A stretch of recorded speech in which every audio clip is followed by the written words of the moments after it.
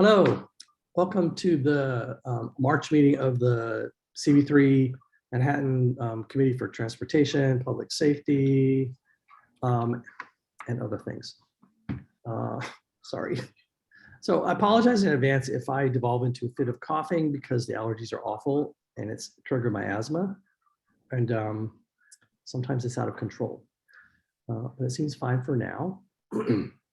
So should we take the roll call, please? David Crane. Here. Michelle Cooper-Smith. Here. Wendy Lee here. Lee Berman. Here. Tariq Darrell. Here. And Kenyelle Hernandez. Kenyelle? All right, thank you very much. Great. Now we've got a single item on the agenda, and that's to discuss the half marathon that's coming up. So and we decided that Michelle can share the screen, or is it going to be part of the presentation? I can share it. Okay. So I also don't know whether, is there a presentation planned, or shall we just mention there is? Okay, so I'm going to let the I guess it's Caroline. I'm going to let Caroline present. Is that correct? Yep, I can go over. So I can put on my screen. I don't know if you were going to share the advisory or the road closures on your end. Yeah, let's wait. Well, I just made you a co-host if you want to share your screen. Okay.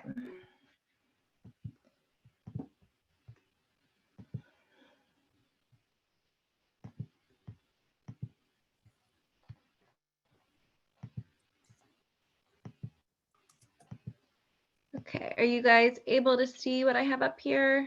Yes. Okay.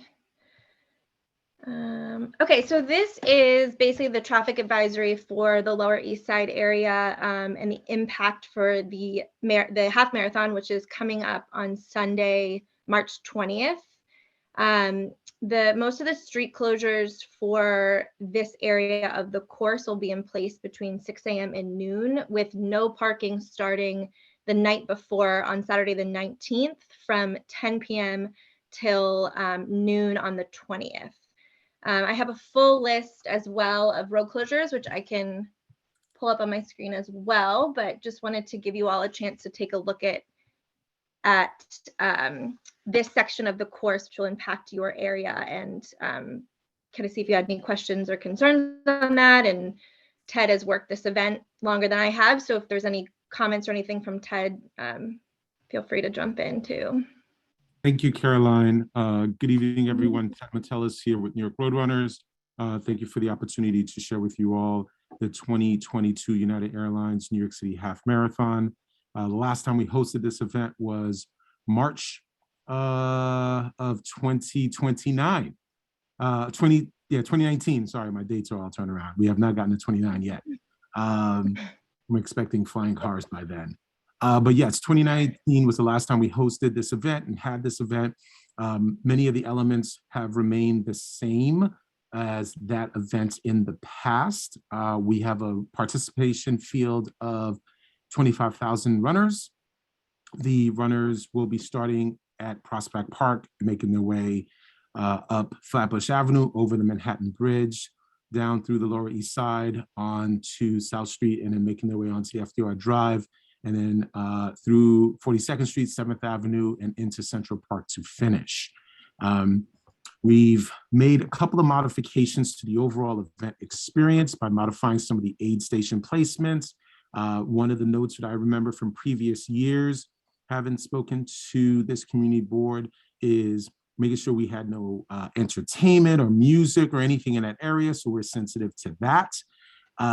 We work very closely with Manhattan North, Manhattan South, Brooklyn North, Brooklyn South, 1PP operations, as well as the local precincts in the area. One other element that is new and unique to the event this year is highlighting the engagement of many of the runners in the community, primarily the Chinatown Run clubs that are in that area. So they will be out and participating in the event and has been very much engaged with the race. We have also been in touch with, obviously, DOT, MTA, and the other key agencies, EMS and FDNY, with the overall plan and execution. That's just a general scope of the event. As Caroline noted here, our last athletes will be clearing that area just before noon. And then all of our race elements will be picked up immediately afterwards with street sweepers, trash pickup. And we work immediately with the NYPD operations to get the roads reopened and elements re-engaged in the area. Thanks, Ted. And just so you guys are all aware, I've been kind of doing some research in the area to reach out to people, businesses, communities that are specifically impacted. I know there is a Buddhist temple, I believe it's at Canal and Broadway, that is right there, that is sort of impacted by this. So I have reached out and sent them all the information for the race, since, you know, we are running down there on Sunday morning. So if there was any other kind of concerns or more high priority contacts that you want to make sure that I'm connecting with, please feel free to let me know about that, and I'll be happy to meet with anyone or send them the information that they need. I'm sorry, Susan, just one item I wanted to add here, just for the group for further clarification. This is approximately mile 6 in the course that the athletes will get to, approximately the 10K point. And the last athlete will be clearing that area. Again, the last athlete is scheduled to clear that area at approximately 10:35 a.m. So it'll be soon after that the tail caravan will start picking up and clearing items. While the note says 12 noon, we always want to factor in a little buffer time for safety, but the last athletes will be clearing that area at approximately 10:35 a.m. Thanks. So Susan, you had some follow-up? Yeah. So thank you. And I know one of the difficult things about all this is that you have so much turnover, and the people working on this and the community engagement. What I would ask is somewhere in your notes that I know that you're required to work with One Police Plaza, Manhattan South, but if someone could put in the notes for every year to please contact the precinct, because they're the ones that know what's going on in the area in Manhattan South, and the community board. So I contacted the precinct and they're here, fortunately they're here tonight. And I would ask Jennifer, so there's been a couple of churches that have been impacted with Sunday morning services. I think last time maybe we resolved all the issues, but I just wanted to ask if we could have that kind of outreach earlier, because the organizations to contact, I think, do come from the community board and the precinct.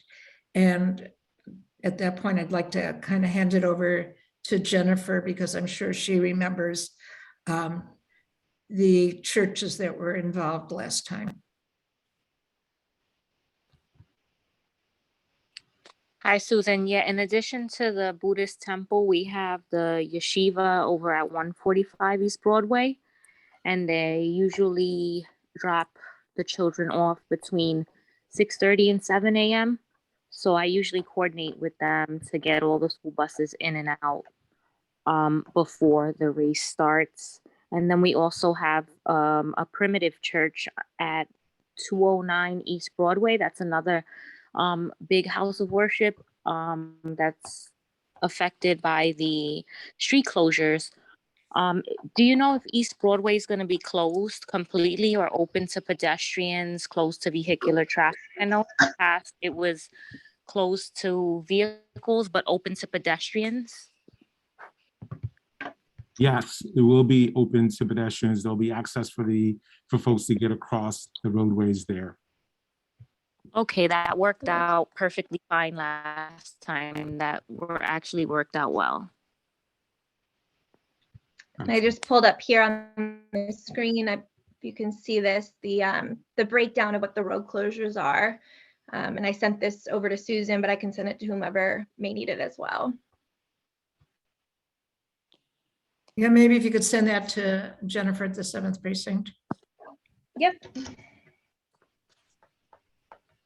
I can add my Um, email address in the chat.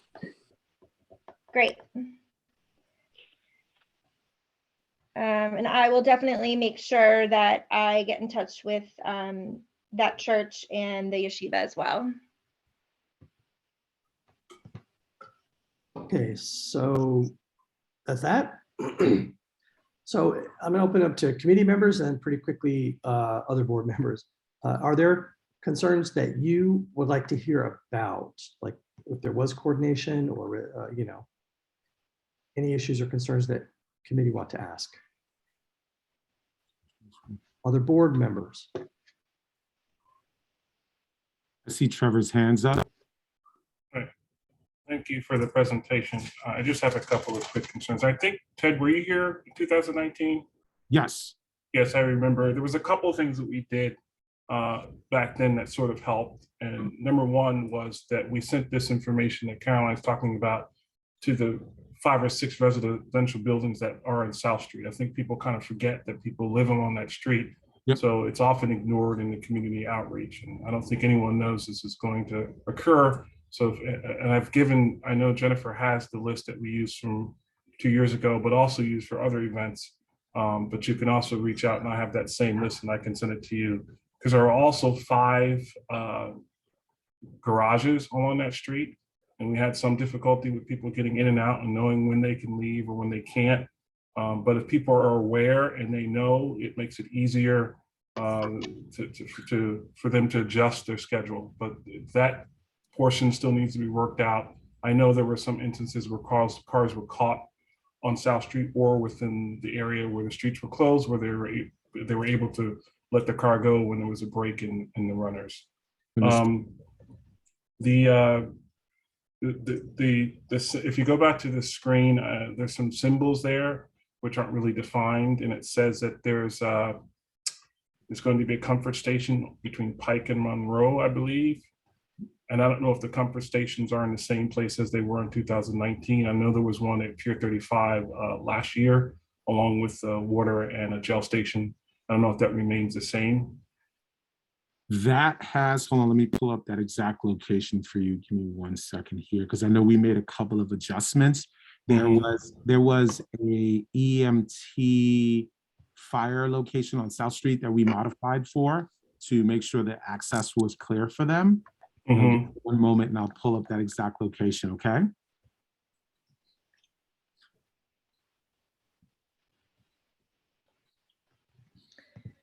And Trevor, I dropped my email address into the chat. So if you have any of those contact lists, if you wouldn't mind sharing those with me, I will send all this information out. Got it. Thank you. I also did the same. Mm-hmm. Great.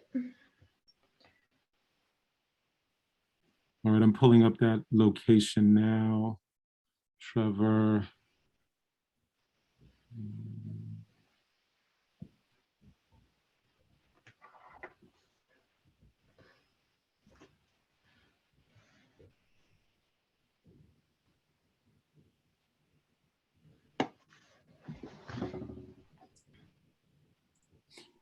So we will have at the Mile 6 station location, and it is located exactly on Pike Street between Henry and Cherry. They're on. Yeah, I know. Say again? Yeah, I'm familiar with that location. Okay. And those, go ahead. I'm just curious, will there be a similar station? The last location was was at actually Pier 35 near Rutgers Slip and South Street. And I can't tell from the map that you have, you know, because the symbols are rather large and enough to scale. Nope. So there's nothing next- at that. No, particular. there's nothing there. The next station is going to be on the FDR Drive itself. Okay, so the next station is there. All right, and the only other thing, and this, I'm not necessarily recommending it, but the last time you were here, we managed to get some local volunteers for those stations, which worked out well.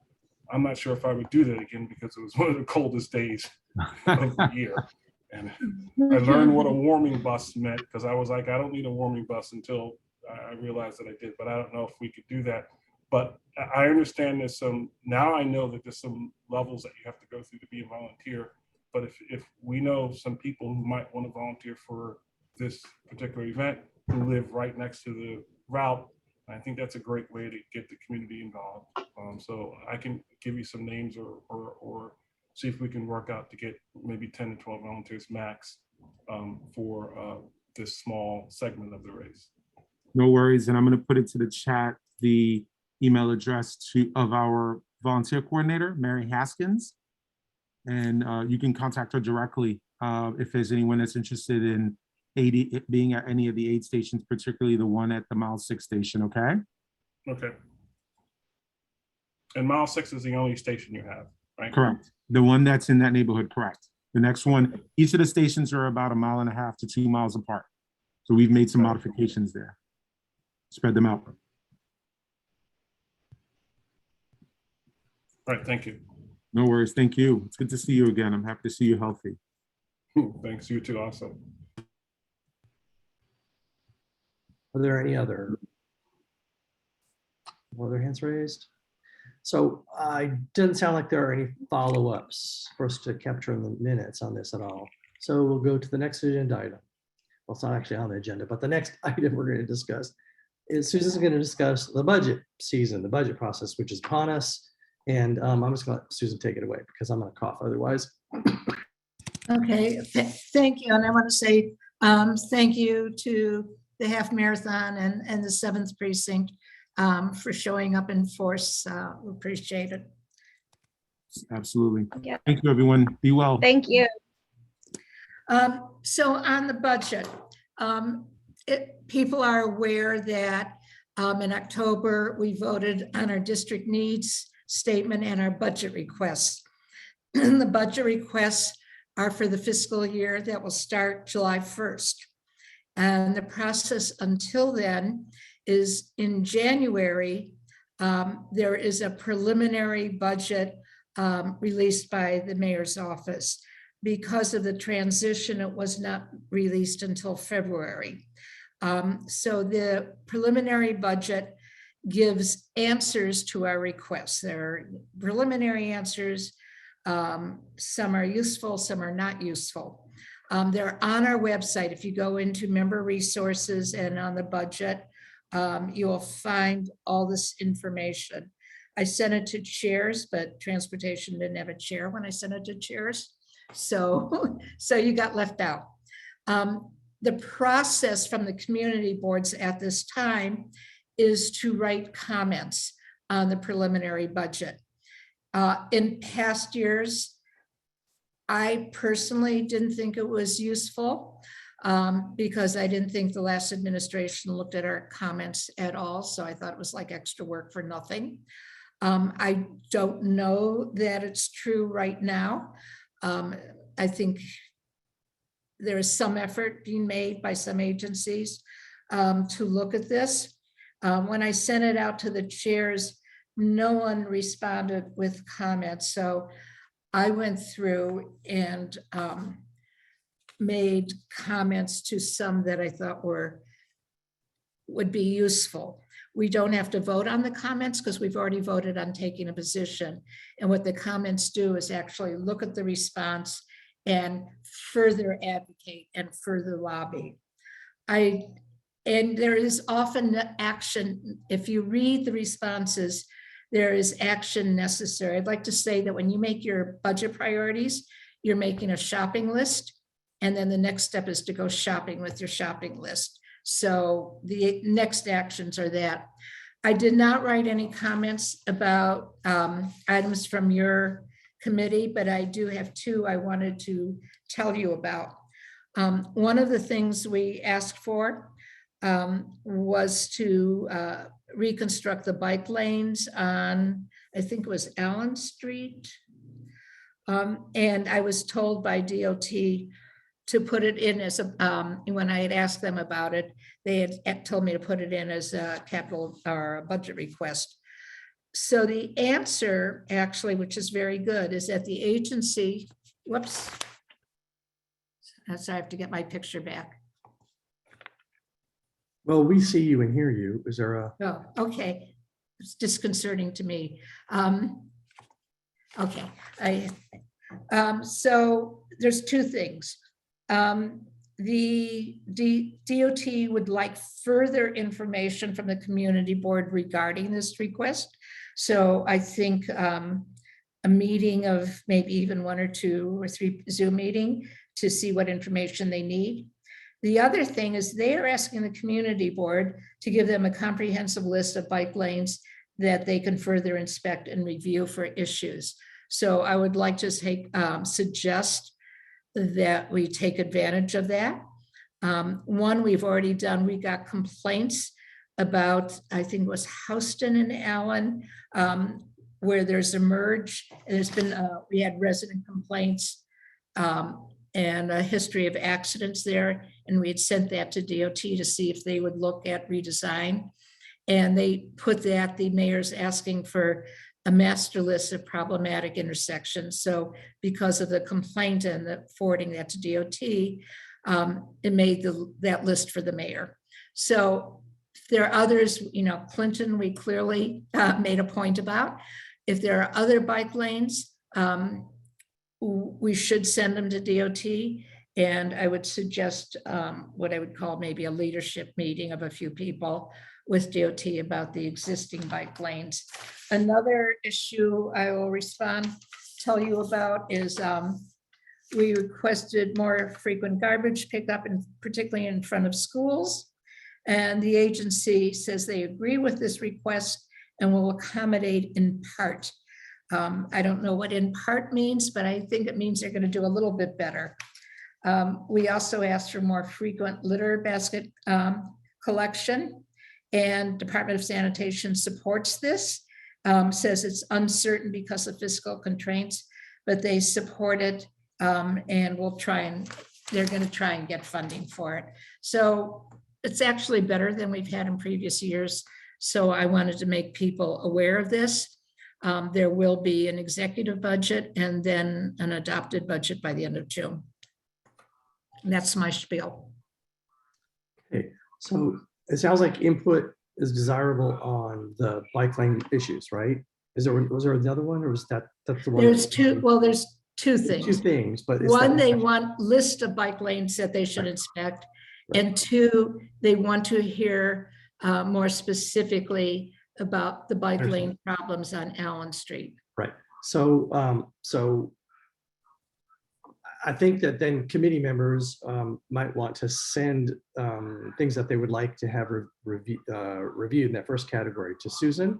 Is that suitable? And That's so that fine. would be like safety issues that could use a closer look, or condition issues. I'd say anything to do with bike lanes. I think this is a good opportunity. It's on the mayor's focusing on this right now. So anything to do with bike lanes. Okay, so there'll be no more process around that. It's on us to reach out to Right. Susan with those thoughts. And then so on the other one, why don't committee members who would like to be on a call, I think if Susan can arrange a call, that does make sense. We can talk about the obvious problems down on the Pike Street. The Like- complaint came from Trevor. So even though he's not on the committee, I suggest that he be on the call. All right, that sounds good too. Yeah, I mean, I'm familiar with it too, so I'll be on the call because I can talk to the problem. Okay. Anyway, but if any committee members want to, we'll reach out to Trevor. Okay. Okay. That So- sounds good. This is about this year's budget, which is, you know, in the process of being devised. And that process started last year. Started last year and it's for the actual fiscal year starting July 1st. Right. Yeah. So we want to keep doing input on that. And we typically don't get involved this late, as Susan was saying. Now, for the next year's process, this is almost upon us as well. I don't know if you're prepared to talk about that, Susan, but the first thing could be the district consultations, which are questions. Well, we could do it at the district level if we wanted to arrange a meeting, but then the borough level, there are questions, and we should start gathering that. I'd caution people, don't be like David and plant some political question unless you intend to follow up on it. Because I did that one a few years ago and I never followed up. I don't even know what the response was.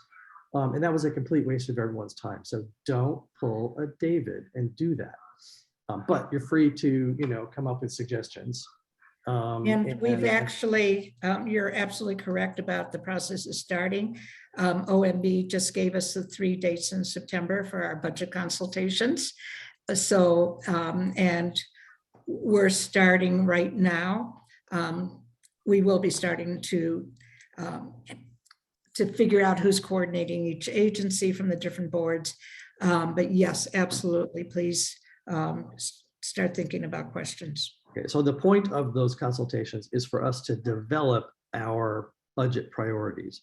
And so they can range from, well, statistics or what do you know about a situation to really, we could even try to ask questions like, well, how can we get funding for this particular thing that we have tried and failed? Or, how can we phrase it with evidence perhaps, or, using words that line up with a budget or something like that. We could ask for that kind of advice too, or I've always thought it might be productive for us to do that. Haven't had a concrete thought about how to, a solution, I should say, on how to do it. It's been a thought that I thought. So what's the timeline, I guess, Susan, for strategy? June, I want questions in June, but I want to remind people, these are questions for transportation, sanitation, Department of Health when it comes to the rat issue, fire department, and police department. And also these are questions all 12 boards put together and collate. Right. At the district consultation level, that would be something like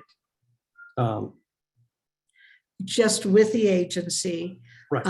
I don't think any of the agencies under this committee at this time have enough for a district level consultation, but if you think I'm wrong, just come up with the questions. Right. Yeah, I have no idea whether they would have the resources to do it or not. But anyway, it could be a way to ask about something very local to the design of our streets or our route program or something. So keep that in mind as well. We don't often take advantage of the district level consultation, but it is a potential opportunity, especially if you're new on the board and haven't, looking for ways to, okay? So if there's no further business, then let's adjourn with another roll call. Thank you. David Crane. Here. Michelle Cooper-Smith. Present. Yes, thank you. Wendy Lee, present. Lee Berman. Present. Tariq Daru. 30 minutes. Present. Danielle Hernandez. Present. Great. Thank you very much, everyone. Thanks. Bye.